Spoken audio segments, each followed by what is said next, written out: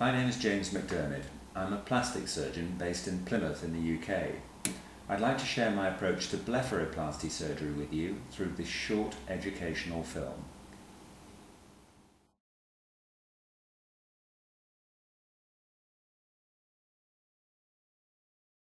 It is said that the eyes are the gateway to the soul. When we make eye contact with another person, we're really making a subconscious assessment of their degree of restedness, state of mind, and attractiveness. As we age, the eye starts to show telltale signs such as prominent fat pads in lower and upper eyelids, wrinkles, and a tear trough deformity or nasojugal groove. Assessment of brow aesthetics should also be included in any blepharoplasty consultation, as a drooping brow can often exacerbate upper eyelid aging changes through the lateral hooding it creates. Several characteristic changes occur with the aging process. The tissues around the eye are unique in the face in that the Orbicularis oculi muscle is situated directly under the skin with nothing in between. The muscle is free-floating, only directly anchored to the facial skeleton in a tiny area. Under this muscle layer, the ligaments and membranes that retain this muscle in place and contain the orbital fat within the orbit can be seen.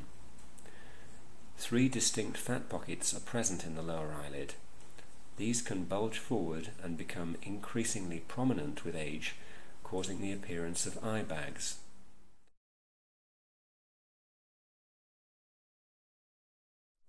In younger patients, a stealthy yet effective method of improving eyelid aesthetics is transconjunctival laser blepharoplasty.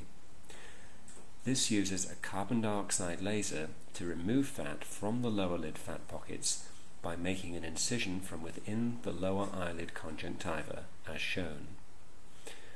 This incision heals rapidly on its own.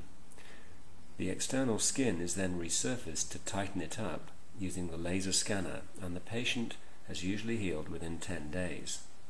This procedure offers a very safe approach with less than half the standard recovery time associated with conventional blepharoplasty.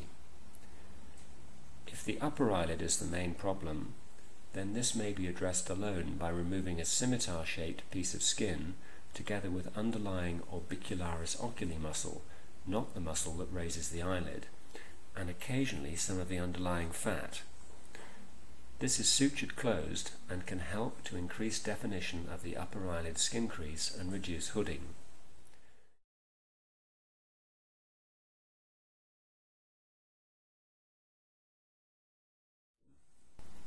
With advancing age, the orbital fat herniates forwards, causing a bag, and as the cheek fat, suborbicularis oculi fat or SOOF, descends simultaneously, a hollow appears between them which is known as the tear trough.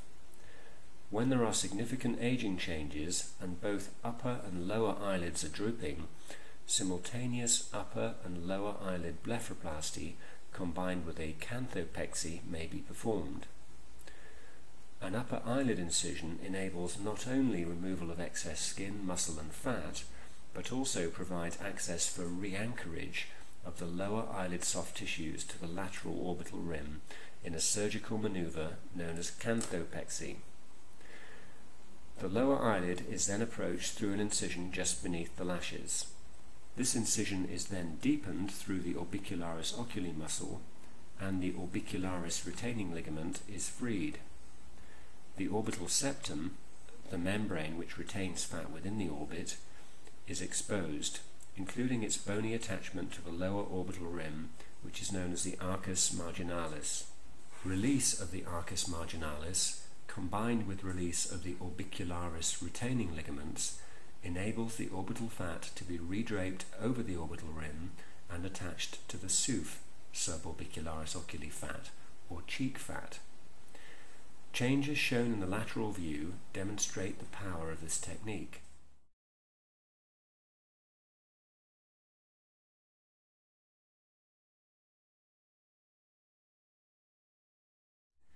When the contour of the fat pockets have been corrected, the tear trough is effaced. Patients undergoing fat redraping blepharoplasty invariably benefit from simultaneous lateral lower eyelid tightening or canthopexy, a procedure which restores elasticity to the lower eyelid when it has been lost through the aging process. The best analogy for this is to consider the lower eyelid as a clothesline and removal of skin as the equivalent of hanging heavy wet washing on it. We need the clothesline to be tight enough for the washing not to bow the clothesline downwards, and this retightening is achieved through canthopexy. Here are some examples.